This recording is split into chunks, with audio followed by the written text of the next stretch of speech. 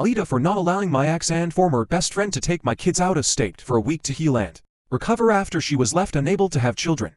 I have 2 children under 12 with my ex. We divorced 5 years ago after I found out he and my former best friend were having an affair. They both tried to apologize and asked for it to not ruin everything, but their actions had already ruined everything. I hate the 2 of them. I no longer care about how they're doing. But for my kids' sake I remain civil. I have never badmouthed them to my kids.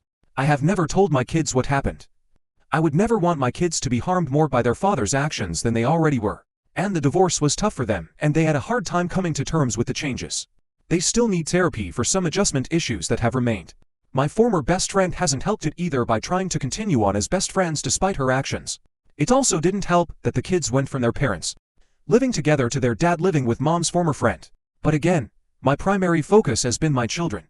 I love my kids more than I hate those 2 repulsive individuals. I love my kids more than myself, which is why I work so hard to be civil in front of my kids. Because the last thing I wanted was to make nice with them. But my kids love their dad and that has never changed. My ex and this woman are now married and they tried to have children together.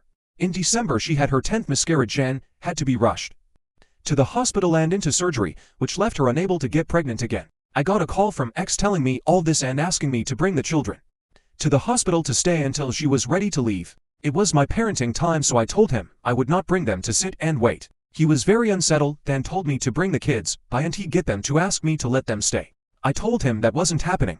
He made no more contact after that and he didn't take the kids for his parenting time either or contact me about it.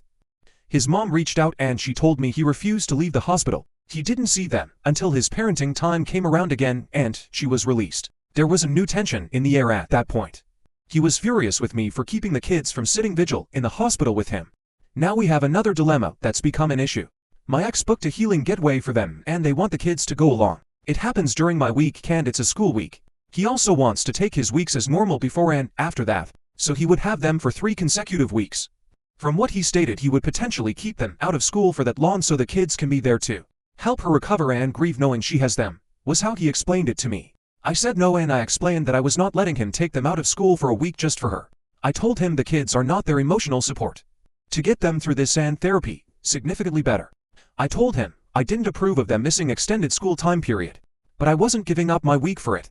He tried to state the week he missed should be made up for, but our court-ordered parenting plan states if a parent voluntarily doesn't take their week without an agreed-upon make-up period, then the other doesn't need to give up a week in return. I pointed this out to him, and he asked me how I could be so by the book about this. He said human decency would state I should be willing to put aside our differences at a time like this, and that school isn't more important than family. He asked me how I would feel if she ends her life because of this, and my refusal was part of the reason why. I told him I wouldn't feel anything. I told him they lost all their rights for me to feel something for them when they betrayed me, and I would not be manipulated into agreeing. He's pushing very hard for this and trying to guilt me into agreeing.